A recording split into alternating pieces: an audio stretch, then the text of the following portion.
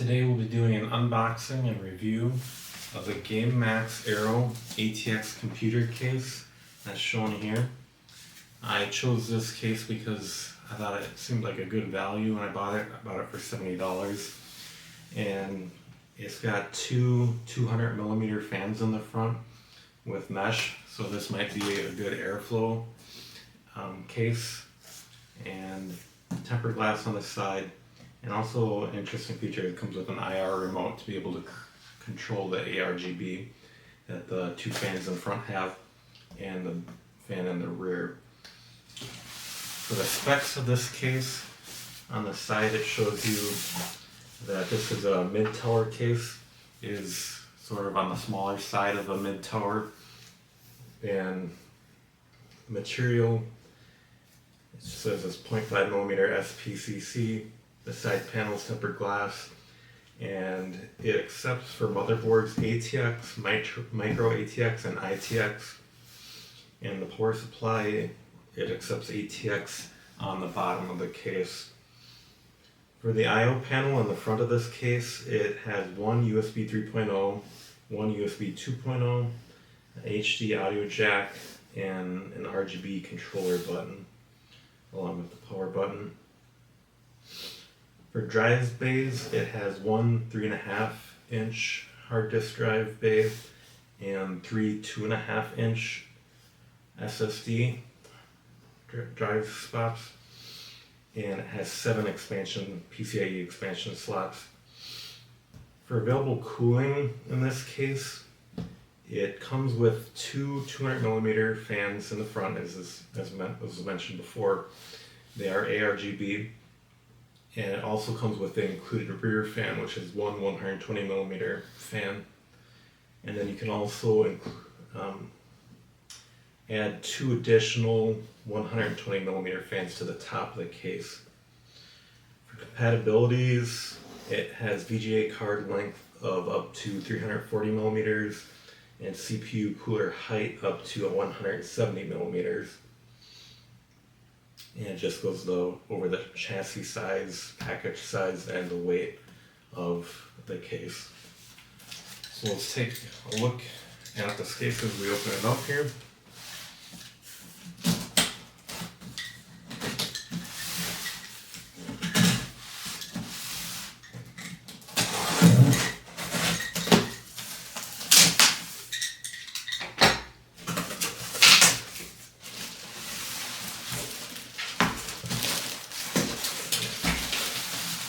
This seems pretty light.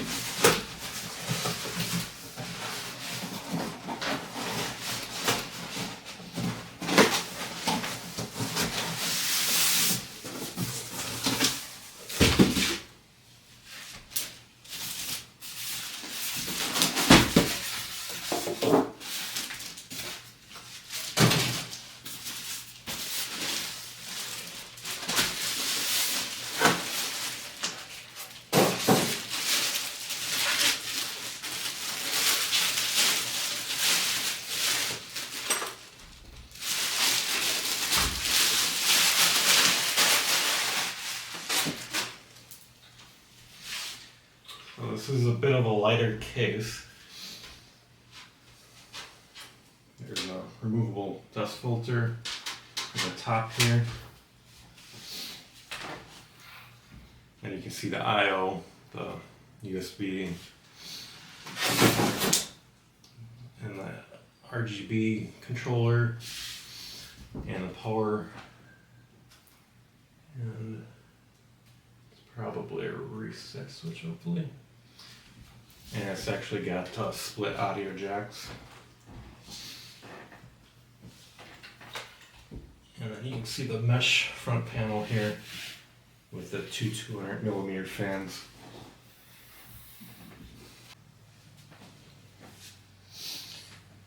The tempered glass front panel has a handle that comes off of it to be able to pull it out.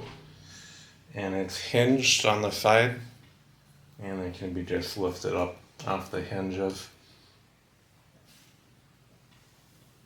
In the box with the case comes the user manual and a bag of accessories. In the accessory bag, there's an ARGB sync cable that runs from the included fan ARGB splitter with the case that you can run to your motherboard. Got some twisty ties.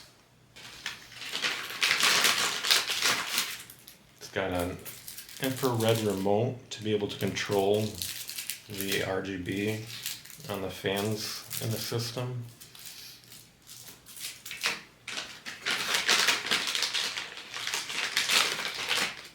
It also comes with a graphics card bracket.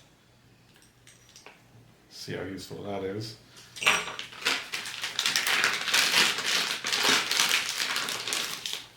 And some case screws.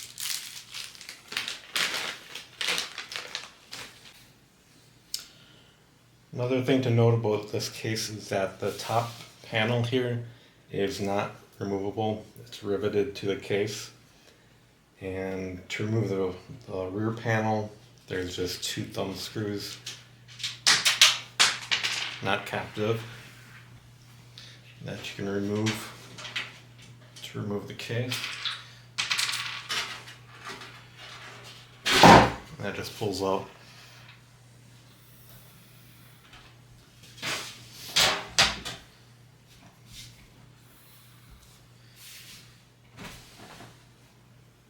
Here we can see the included fan splitter in the case.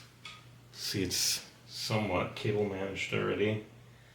And you see the SATA 2.5-inch drive bays here. And looks like there's a little bit of room in the back here. Should be able to do a decent amount of cable management. So we'll see how it looks with the built-in.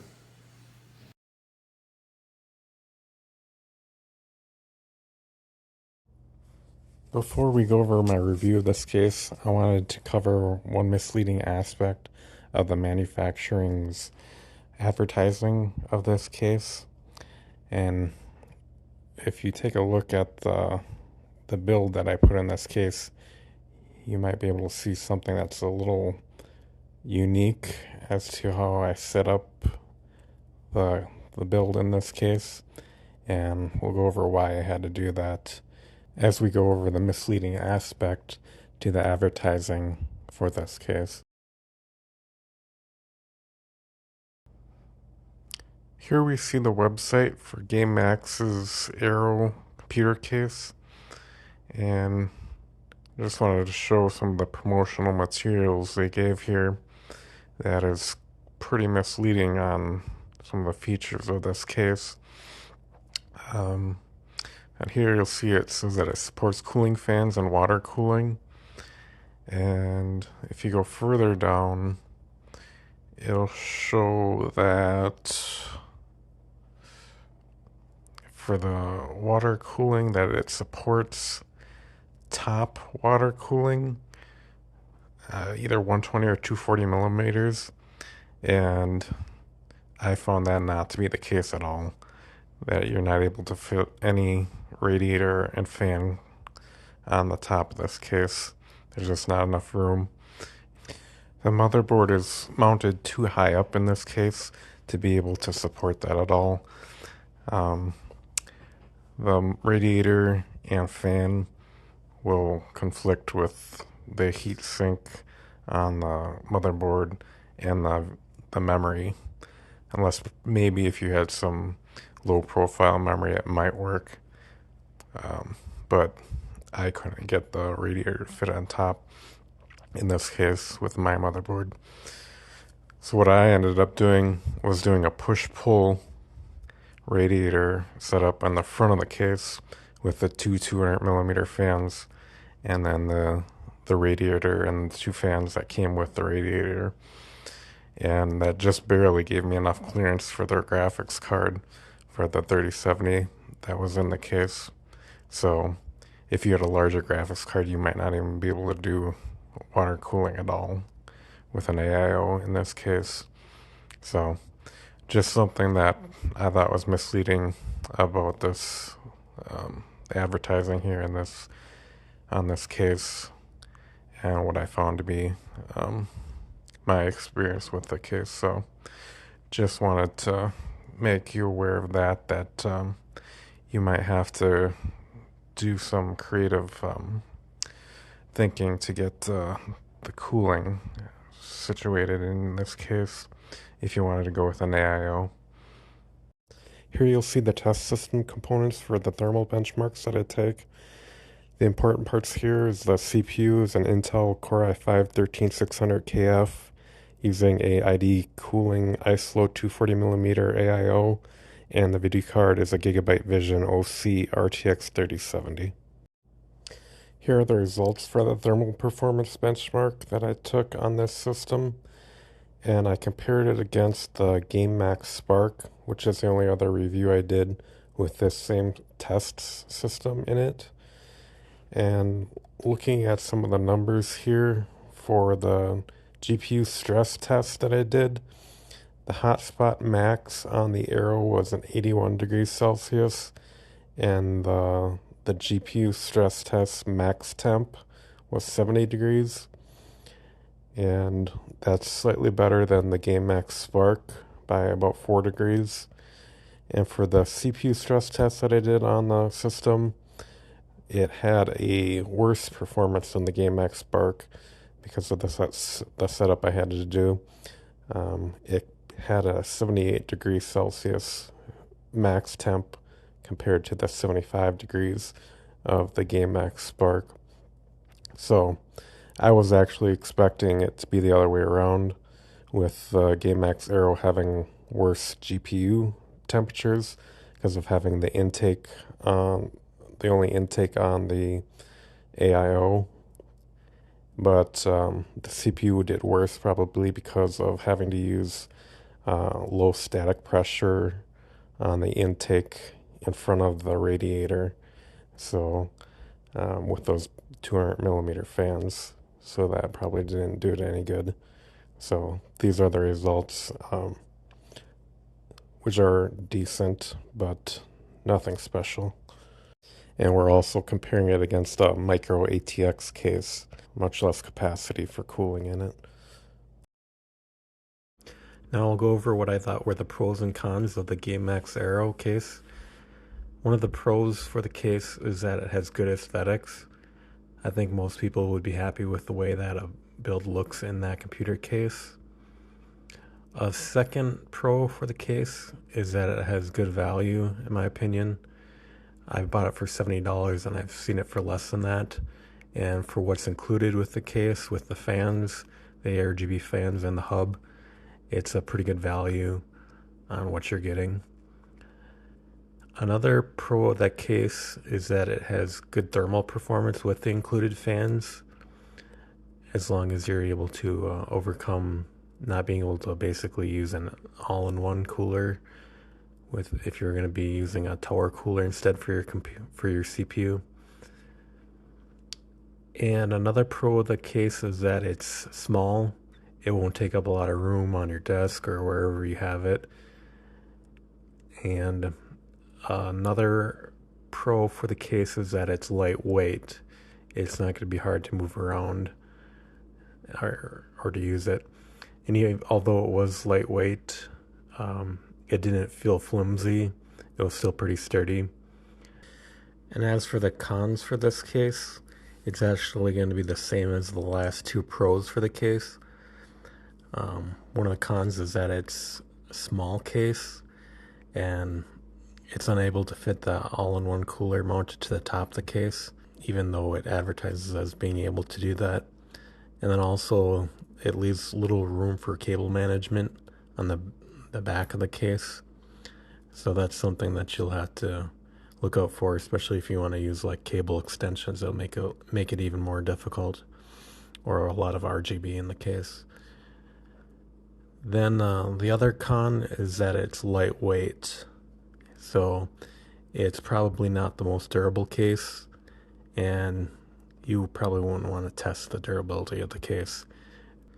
It didn't feel as though the quality of the materials in the case were particularly high. As for whether I'd recommend the case, that would depend on whether you would be able to use a CPU tower cooler, and if you weren't planning on using real high-end components inside the build of your case, then I would recommend it. But if you were looking to put in high-end components or try to use an AIO, I wouldn't recommend it. Or if you were trying to do something that would require a lot of cable management, I would try to find something else instead. Thank you for watching my review of the Gamemax Aero PC case. If you liked the review, please consider liking and subscribing to be able to see more content like this. Until next time.